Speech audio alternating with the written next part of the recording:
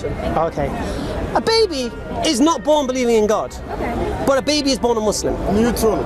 I'll explain why. I'll explain. I don't see anything without explanation, unlike you. I'll explain. So I'll say it again. A baby is not born believing in God, but a baby is born, every baby.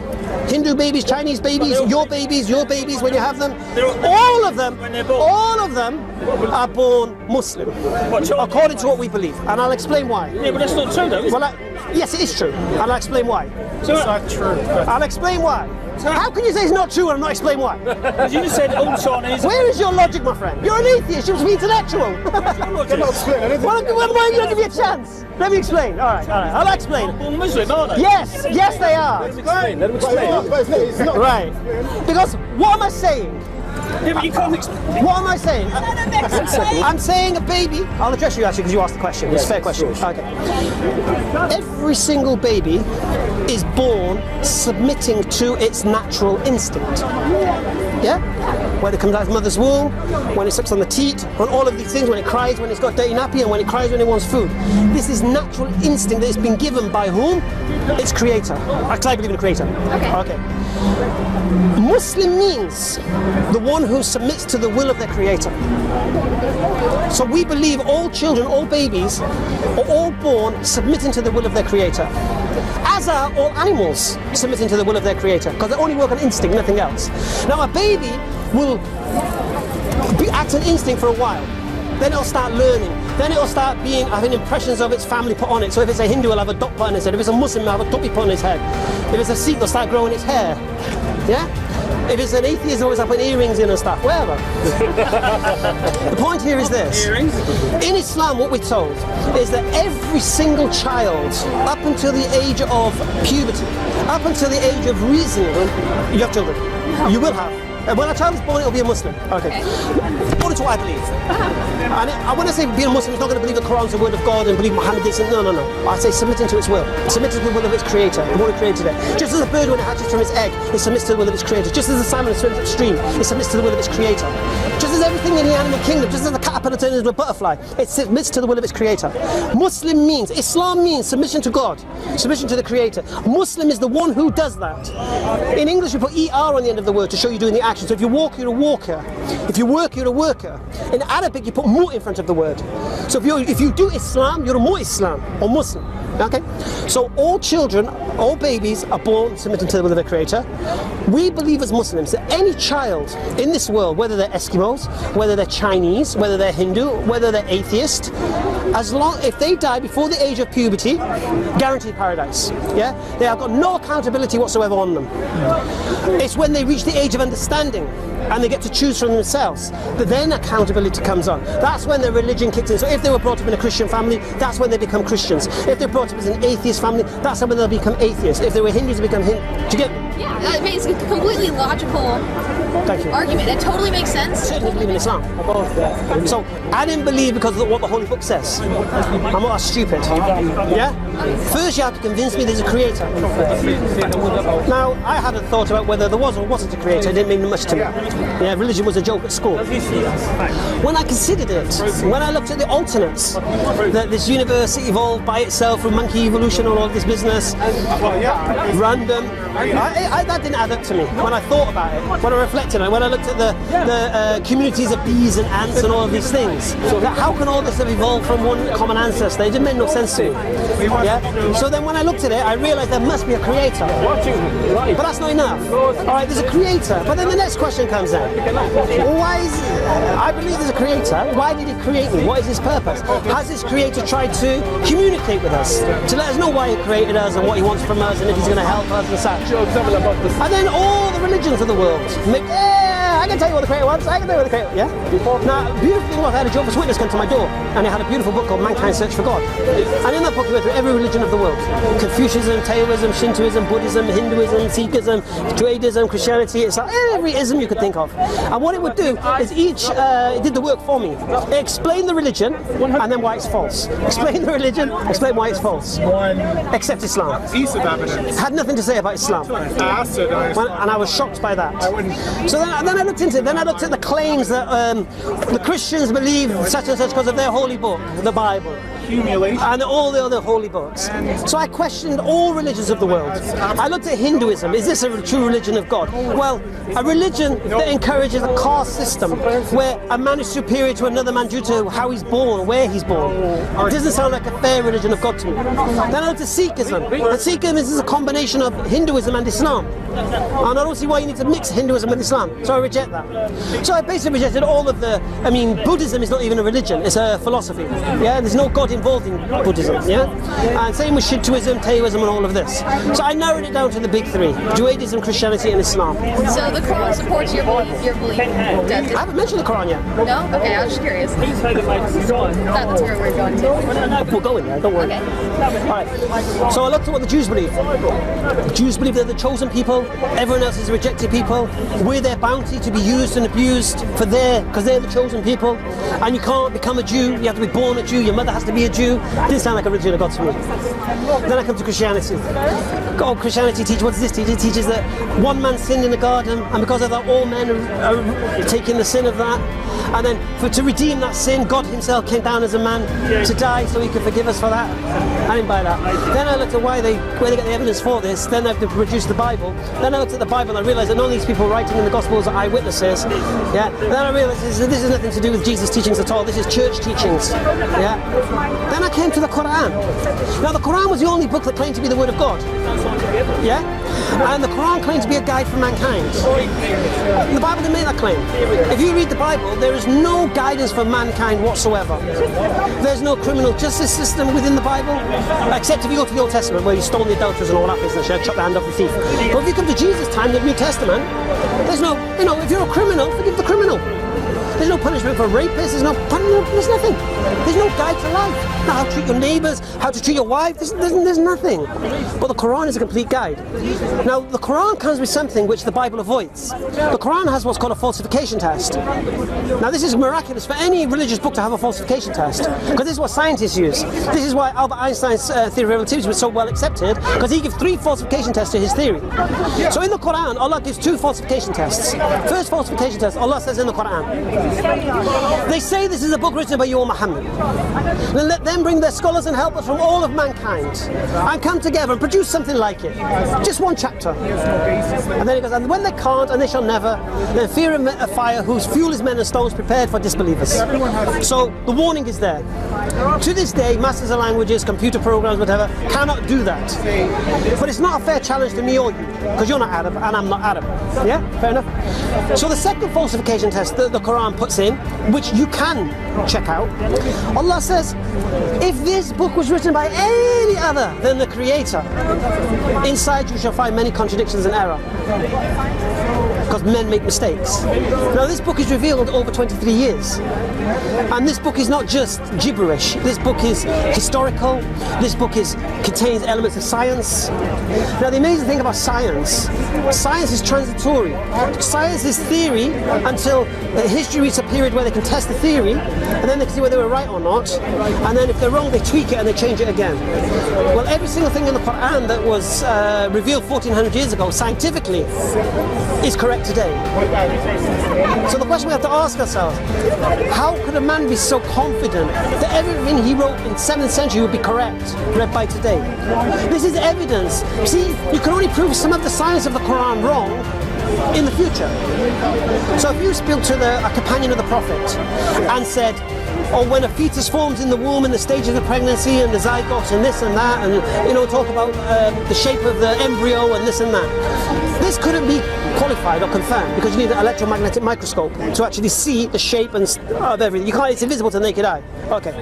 Up until the end of the 19th century, the European scientists believed that the sperm carried a mini embryo, or the egg had a mini embryo already inside it. Okay. But the Quran described the process exactly as it is today.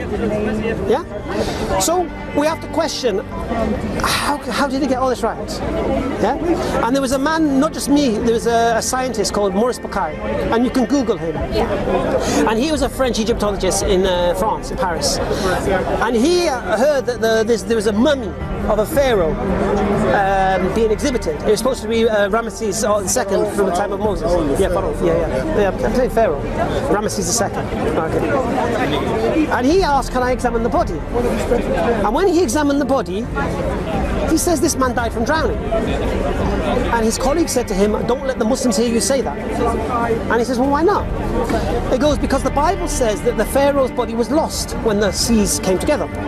But the Quran says that Allah took the body from the water to exhibit to mankind.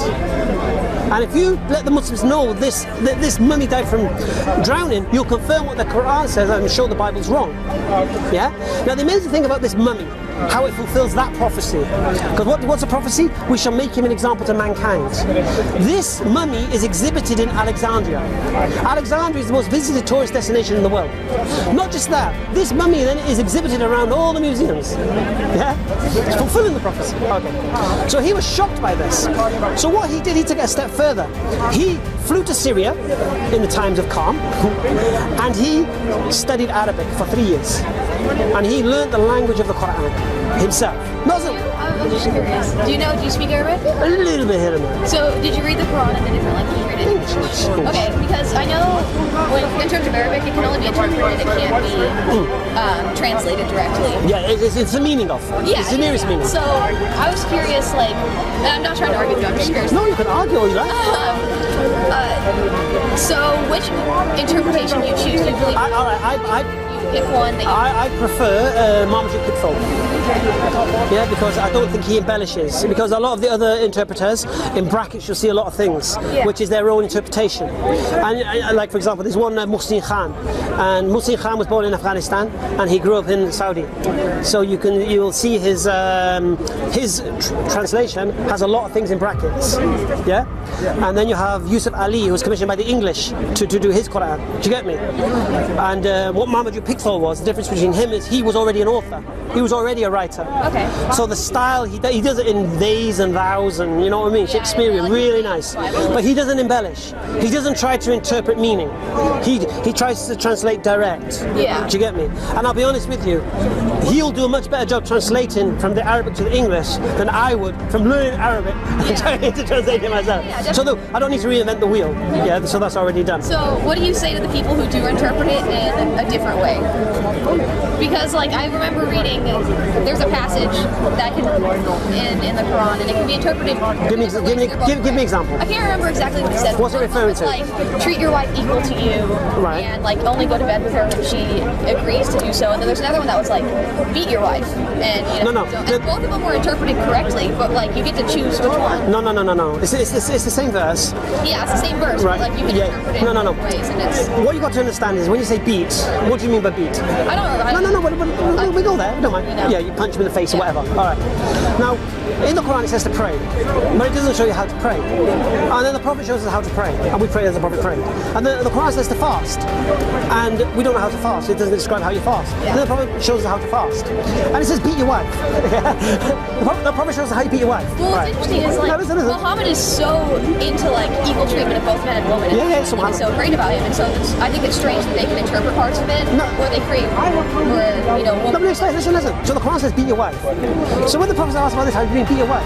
Okay, these are the conditions of beating your wife.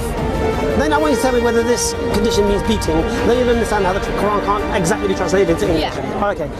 First thing, can't cause pain. First thing. Second thing, can't strike the face. Third thing, can't leave a mark. Right? Okay. This is the three things. Yeah. And then he uses an analogy of like a miswak. A miswak is like a little thing you brush your teeth. It's just a little flip. Right. Now, what do we deduce from that? That this is no beating. Yeah. How can you beat your wife? What? I want to beat her, but I can't hit her face. I'm going to body. I might hurt her. I can't hurt her. I can't leave a mark. What are we going to do? Yeah. Oh, flipping it. You get me? You can't beat your wife. I agree. All right, no, listen. Awesome. But the amazing thing about this verse of the Quran, it's not saying beat your wife. It's saying don't beat your wife. The verse of the Quran is saying that. I'll tell you why. Because you've heard of crime of passion in the English law. When someone comes home, finds their wife in bed with someone else, and then they can kill, even if they kill them, they have a defence in court as a crime of passion. Their emotions were so high, and you know they weren't thinking straight, and this was a one-off. Okay. Well, in the Quran, you come home and find your wife in bed with your neighbour, and you want to flip and slap her. You can't. Yeah? What do you have to do? Oh, what are you doing in bed with him? After that, what do you do? Oh, sleep on the floor now. Right? Yeah. And then after that, then you can beat her. All right, come on, man. Realistically, anyone would love to beat their wife if they found their wife in bed. They'd flip. They'd beat the keys around them. They'd flip. As they do. I mean, in England, they beat their wives without reading the Quran. Yeah?